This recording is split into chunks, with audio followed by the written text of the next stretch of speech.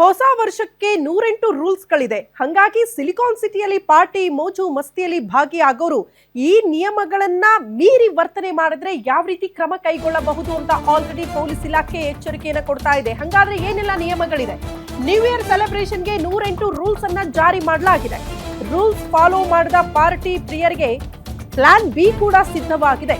ಸಿಟಿಗೆ ಎಂಟ್ರಿ ಕೊಟ್ರೆ ಕಿರಿಕ್ ಬಿಡಿ ಚೆಕಪ್ ಪಕ್ಕಾ ಆಗುತ್ತೆ. ಅಂದ್ರೆ ಡ್ರಿಂಕ್ ಮಾಡಿದೀರಾ, ಡ್ರಿಂಕ್ ಅಂಡ್ ಡ್ರೈವ್ ಇದೆಲ್ಲವನ್ನ ಕೂಡ ಚೆಕಿಂಗ್ ಮಾಡೋದಕ್ಕೆ ಪೊಲೀಸರು ಅಲರ್ಟ್ ಆಗ್ತಿದ್ದಾರೆ.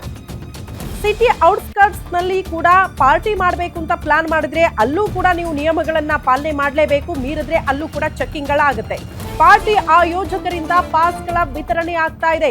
ಪಾರ್ಟಿ ತಾಣಗಳ ಮೇಲೂ ಕೂಡ ಪೊಲೀಸರ ಅತಿ ಹೆಚ್ಚಿನ ನಿಗಾ ವಹಿಸಲಾಗ್ತಾ ಇದೆ. ಡ್ರಗ್ ಪಾರ್ಟಿ, ರೇವ್ ಪಾರ್ಟಿ ಬ್ರೇಕ್ಗೆ ಪೊಲೀಸರು ಅಲರ್ಟ್ ಆಗ್ತಿದ್ದಾರೆ. ಯಾಕಂದ್ರೆ ರೇವ್ ಪಾರ್ಟಿ ಈ ರೀತಿ ಸೆಲೆಬ್ರೇಷನ್ಗಳು ಅತಿ ದೊಡ್ಡ ಮಟ್ಟದಲ್ಲಿ ಆಯೋಜನೆ ಆಗುತ್ತಲ್ಲ, ಅಲ್ಲೆಲ್ಲ ಕೂಡ ಡ್ರಗ್ಸ್ ಸಪ್ಲೈ ಆಗ್ತಾ ಇತ್ತು. ಈ ಹಿಂದೆ ಹಲವಾರು ಪಾರ್ಟಿಗಳಲ್ಲೂ ಕೂಡ ಕೆಲವರು ರೆಡ್ ಹ್ಯಾಂಡ್ ಆಗಿ ಸಿಕ್ಕಿ ಬಿದ್ದಿರುವ ಉದಾಹರಣೆಗಳಿದೆ. ಹಂಗಾಗಿ ಹೊಸ ವರ್ಷದ ಸಂಭ್ರಮದಲ್ಲಿ ರೇವ್ ಪಾರ್ಟಿ ಅಥವಾ ದೊಡ್ಡ ದೊಡ್ಡ ಪಾರ್ಟಿಗಳ ಆಯೋಜನೆ ಆಗುತ್ತೆ. ಸಿಟಿ ಔಟ್ಸ್ಕರ್ಟ್ಸ್ ನೀವು ಹೊರಗಡೆ ಹೋಗಿ ಪಾರ್ಟಿ ಆಯೋಜನೆ ಮಾಡಿದ್ದಾರೆ, ಅಲ್ಲಿ ಭಾಗಿಯಾಗ್ತಾ ಇದ್ದೀವಿ ಅಂದ್ರೂ ಕೂಡ ಅಲ್ಲೂ ಕೂಡ ಪೊಲೀಸರ ಹದ್ದಿನ ಕಣ್ಣಿರುತ್ತೆ ಅಂತ. ಸೊ ಅಲ್ಲೂ ಕೂಡ ಡ್ರಗ್ಸ್, ಗಾಂಜಾ, ಇತರೆ ಮಾದಕ ವಸ್ತುಗಳು ಏನಾದರೂ ರವಾನೆ ಆಗ್ತಾ ಇದೆ ಆ ಪಾರ್ಟಿಯಲ್ಲಿ ಇದೆ ಅಂದ್ರೆ ಯಾರು ಪಾರ್ಟಿ ಆಯೋಜನೆ ಮಾಡ್ತಾರಲ್ಲ ಅವರ ಮೇಲೂ ಕೂಡ ಶಿಸ್ತು ಕ್ರಮ ಕೈಗೊಳ್ಳಲಾಗುತ್ತೆ.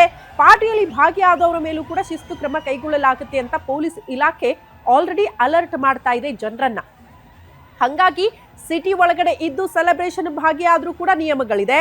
ಸಿಟಿ ಬಿಟ್ಟು ಆಚೆ ಹೋಗಿ ಸೆಲೆಬ್ರೇಷನ್ ಮಾಡ್ತೀವಿ ಅಂದ್ರೂ ಕೂಡ ಅಲ್ಲೂ ನಿಯಮಗಳಿದೆ.